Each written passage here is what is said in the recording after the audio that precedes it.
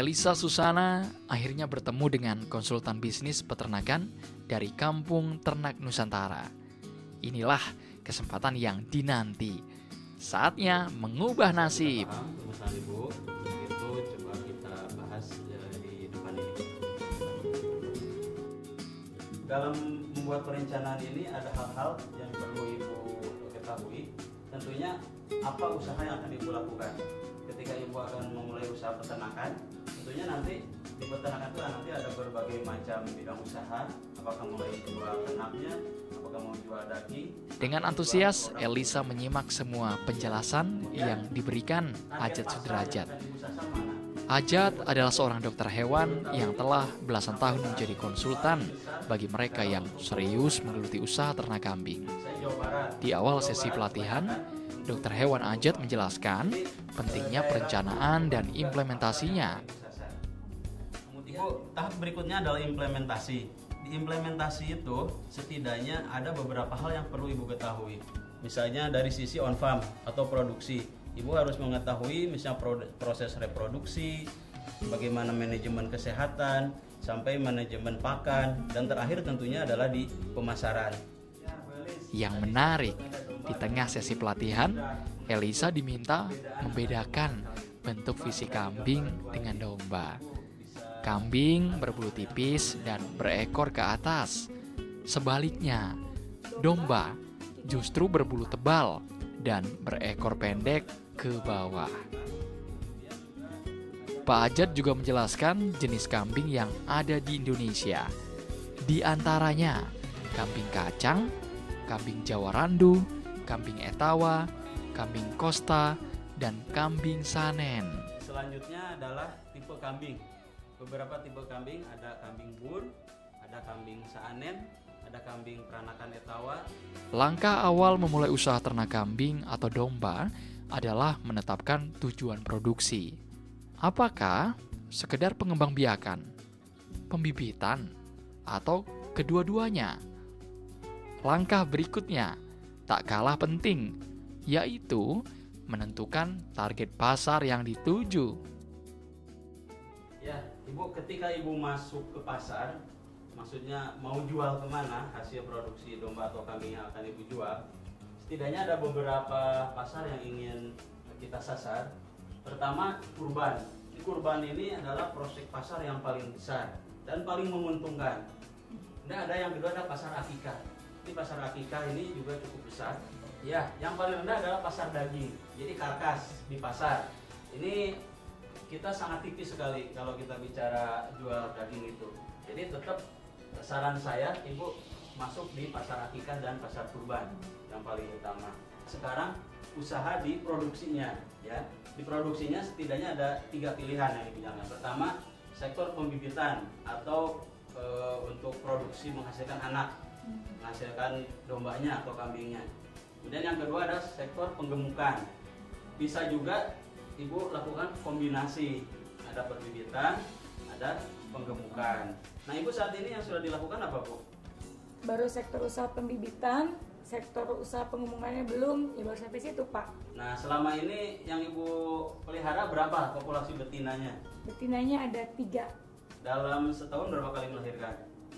Sebenarnya 2 kali, Pak. 2 kali. Ya, permasalahannya banyak ternak yang mati dan hilang, Pak. Baik, mungkin ini coba saya kasih gambaran ya tentang analisa usaha. Setelah berbicara tentang tujuan produksi dan pangsa pasar, Ajat memberikan analisa usaha khusus sektor penggemukan. Dia memberikan simulasi, misalnya harga kambing atau domba yang dibeli 800.000. Setelah 3 bulan, kambing atau domba peliharaan bertambah beratnya hingga 30 kg. Harga jualnya akan melonjak menjadi Rp1.200.000. Berarti, dari setiap ekor kambing atau domba bisa diperoleh keuntungan hingga Rp246.000. Wow, usaha ternak kambing atau domba ternyata menggiurkan. Dan kita bagi 3 berarti 82.000. Tak hanya analisa usaha, Ajat selaku konsultan bisnis juga memberi masukan soal kondisi kandang kambing yang dimiliki Elisa Susana. Ternyata sebuah kesalahan besar telah dilakukan Elisa selama ini. Atapnya dari apa? Dari asbes, Pak. Atap itu yang paling bagus adalah dari genteng. Ya, genteng itu dia mampu menyerap dan melepaskan panas itu secara pelan-pelan. Jadi kandang saya, Pak, antara tempat makan sama alasnya itu nggak ada tempat makannya. Jadi makanan itu digantung-gantung, Pak, di rumputnya. Dan kotorannya juga nggak jatuh ke bawah karena alasnya terlalu rapat. Itu bagaimana, Pak? Ya, untuk yang tadi ya, makanan digantung, pada prinsipnya sih bagi kesehatan nggak terlalu bermasalah ya. Dan itu juga sebenarnya bagus buat pertumbuhan si kambing karena dia ada proses peregangan otot itu. Yang penting sisa-sisanya atau misalnya yang jatuh-jatuhnya nanti harus dibersihkan karena kalau nggak dibersihkan nanti akan jadi kotor ya. Lantas, apakah hanya faktor kandang kambing yang menghadang Elisa untuk menjadi peternak kambing sukses? Bagaimana dengan faktor lainnya? Nah, apa saja rekomendasi dari Ajat, sang konsultan? Yang pertama, tadi permasalahannya adalah kambingnya kurus terus ya, pertumbuhan tidak bagus ya. Kemudian yang kedua, kandangnya belum standar. Nah, yang ketiga adalah pakan. Beberapa saran yang harus Ibu lakukan. Pertama, dari sisi untuk pertumbuhan ini, yang pertama ternaknya harus dikandangkan karena dengan dikandangkan otomatis pengelolaan lebih mudah.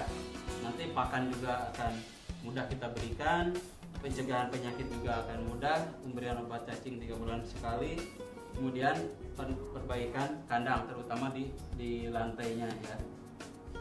Sama manajemen pencegahan penyakit, tadi ada 2 ya untuk mencegah penyakit, sebenarnya cukup pakan, sama yang kedua sanitasi lingkungan ya. Wah, seru banget ini dengan perbincangan konsultasi bisnis antara Mbak Elis dan juga konsultan bisnis kita Pak Ajat. Gimana Pak Ajat, ini banyak sekali nggak masukan buat Mbak Elis untuk menjalankan usaha ternak kambing? Betul, banyak sekali, terutama dalam hal manajemen pemeliharaan ya, jadi pakan, kandang, sama terutama tadi manajemen keuangan. Nah, saya kira itu yang jadi titik kritis dari usaha Mbak Elis ini. Sebenarnya menguntungkan sebenarnya. Jadi sudah ditulis analisa masalah sekaligus solusi. Iya, betul. Mbak Elis bisa bergabung Mbak bersama kami. Pak Ajat ini memasukkan juga buat Mbak Elis. Pemirsa, kami sudah mempertemukan antara Mbak Elis dan juga konsultan bisnis Pak Ajat, paling tidak untuk mengetahui apa yang menjadi kelebihan, kekuatan dan juga evaluasi bisnis ternak kambing yang akan dijalankan oleh Mbak Elis ke depannya. Nah, untuk lebih afdol lagi mematangkan usaha ternak kambing milik Mbak Elis, kami akan mempertemukan Mbak Elis dengan pengusaha ternak kambing yang memiliki omset miliaran rupiah. Saya Andrew Mercury undur diri. Jangan lupa saksikan Jadi Pengusaha di episode berikutnya. Terima kasih banyak Pak Ajat atas waktunya. Mbak Elis, kita berangkat lagi. Mbak Elis ya. Terima kasih Iya, Pak. sama-sama. Atas Semoga ilmunya. sukses. Sama-sama Pak. Tahun 2013 kemarin, sapi di kandang kami itu habis 300 ekor, untuk kambing 1.300-an. Jadi hampir sekitar bangsa 6 miliar.